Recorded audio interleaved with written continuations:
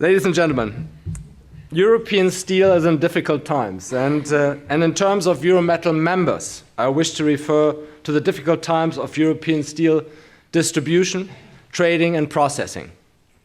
A topic that is not having the same weight in the EU press than European steel making, but accounts for much more than just a large number of jobs. After the Second World War, ladies and gentlemen, the Western European economies developed new technologies and a rapid re-industrialization which made them leading exporters to the world. The 1990s were the good years, with market reforms in China and vast supplies from Europe. China had the status of a developing country without the industrial capacity to produce value-added and daily used products. Steel, cars, home appliances, and even diapers were supplied to China. The Europeans enjoyed those times and counted on China as a long-term customer. This dream turned out to become a major boomerang. Not even 30 years later, Europe is importing almost everything from China and other Asian countries. With modern steel-making equipment and state support, it is cheap and partially better than European ones. China is more digitalized and electrified than Europe, and us, as Europeans, have become comfortable discussing reduced working hours, and like Germany, even a 4 days working week, which fortunately has now slightly changed with our new chancellor. The latest geopolitical developments with the accumulation of negative impacts on Europe, with President Trump making America great again, a Russian aggressor fighting a European neighbor for now more than 3 years, and the clear Chinese state order to become the global supplier of hard and software has lately become an eye-opener for the new European policies and should be our opportunity to recreate an independent Europe. Times are really not splendid, but today Brussels and national governments are opening their doors. And they are listening. We need to utilize this development and momentum, keeping addressing the problems of our industry. A shift to the politicization of economies demands action to create a level playing field for our companies acting in the supply and value chain of steel. To this effect, EUROMETAL has started requesting information about or information from EU associations, national federations and steel users about the import of low-priced steel products, the so-called steel derivatives. In our initiative, we are analyzing the growth rates of imported products versus the decreasing European steel usage and, in turn, steel production. Also to the European Commission, we have emphasized more than once that a green transformation, an electrification and the development of a European defense program demands a healthy EU manufacturing industry with a healthy steel distribution. Saying this, I would like to take the opportunity inviting all of you to actively participate in this important initiative. There cannot be enough examples documenting the increase on unfairly priced steel derivatives imports, and the European Commission needs our information to take action. And for those who have not received the information and questionnaire, please contact me or our Managing Director, Ricardo Silva, to get you the information.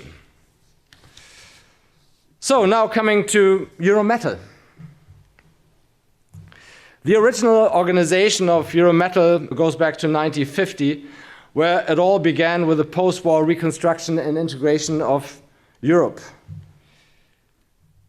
The Korean War started in June with North Korean forces invading South Korea, triggering a major conflict backed by the US and China, the first armed clash of the Cold War.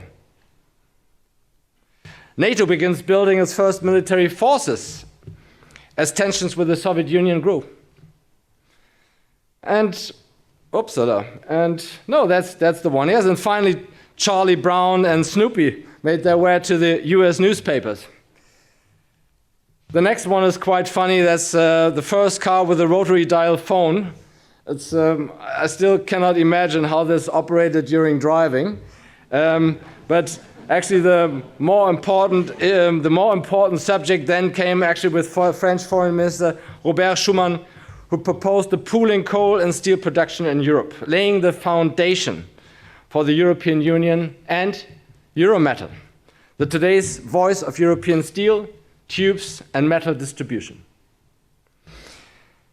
In this respect, we're also pretty grateful to ASSOFEMET, being very well represented today here, as you are actually also one of the founding associations of what later on became with the federations, the European federations of 15 national states, the EUROMETAL organization. So that's the legacy. It all started 75 years ago, and that's what we are celebrating today. So originally, and I still have problems pronunciation, Fianatum. Anyway, those two federations and FENA, who have joined and who were setting the basis for EUROMETAL in today's forms. And from the development, it can show you that we then developed with 2005, opening the federation to steel service centers, in 2006 to steel stockholding, and 2011 to steel trading. And today we have what we have with EUROMETAL, a growing, expanding federation, and we are even having new associated members for the downstream area, which is really and becomes more and more important for EUROMETAL, just looking into the businesses of our joint customers, looking at the complete supply and value chain, and then particularly in the current times where we have to emphasize more and more to our political leaders in Europe, that means in Brussels, but also in the national governments, what is the value of European processing, distribution, and also manufacturing. Finally, I wish to thank, before we are proceeding with a full program today, and I really hope that everybody is going to stay. I know that certain people have to leave, but please stay until the very last end. We have really great speakers today, and we have great sponsors. So I thanks very much to Castor, a world market and technology leader in sawing machines and storage systems. Family Stolze is present here today. Thank you so much. Hydnum Steel in Spain, one of the great greenfield low-emission steel mills coming up. EuroPickling, of course, our long-term partner, and Family von Hagen is always here, so thanks very much for your support as usual with EuroPickling. And of course, MAPS, always informing us about the latest situation in the steel market. Mourinho, of course, you're the same with you. I mean, you're always there, so thanks very much to the family and thanks very much to Mourinho Steel.